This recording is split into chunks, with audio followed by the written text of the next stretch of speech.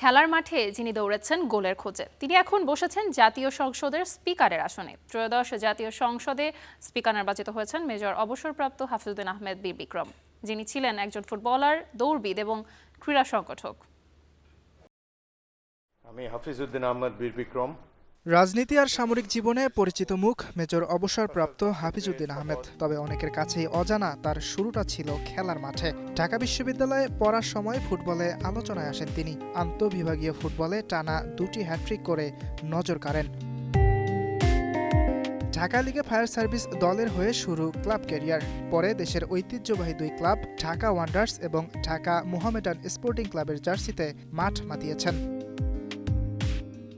1966 থেকে 1970 অবিভক্ত পাকিস্তান জাতীয় ফুটবল দলের নিয়মিত সদস্য ছিলেন হাফিজউদ্দিন। 1970 সালে সেই দলকে নেতৃত্ব দেন অধিনায়ক হিসেবে।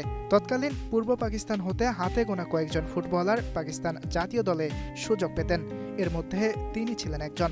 মিয়ানমারে অনুষ্ঠিত এশিয়ান কাপ এবং ইরান, তুরস্ক ও পাকিস্তানের মধ্যকার আরসিডি টুর্নামেন্টে অংশ নেন। ফুটবলের পাশাপাশি অ্যাথলেটিক্সেও ছিল তার দাপট।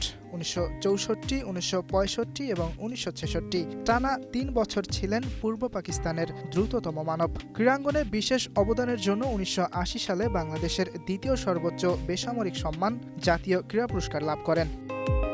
খেলোয়াড়ী জীবন শেষে খেলাধুলার সংগঠক ও প্রশাসক হিসেবেও সফল ছিলেন হাফিজউদ্দিন। বাংলাদেশ ফুটবল ফেডারেশনের সভাপতি হিসেবে দায়িত্ব পালন করেছেন। এশিয়ান ফুটবল কনফেডারেশন এএফসির নির্বাচিত সহসভাপতি এবং ফিফার ডিসিপ্লিনারি কমিটির সদস্য ছিলেন। ফুটবলে তার অসামান্য অবদানের স্বীকৃতিস্বরূপ 2004 সালে ফিফার সর্বোচ্চ সম্মান ফিফা অর্ডার অব মেরিট লাভ করেন। গোলের জন্য ছুটে চলা সেই ফুটবলার পরিচালনা করছেন দেশের সংসদ। খেলার মাঠ থেকে রাষ্ট্রের নেতৃত্ব। মেজর হাফিজউদ্দিন আহমেদের জীবন যেন এক অন্যরকম যাত্রার গল্প। মাননীয় সদস্যবৃন্দ, আসসালামু আলাইকুম। ইয়াসির আরাফাত সবুজ, স্টার নিউজ।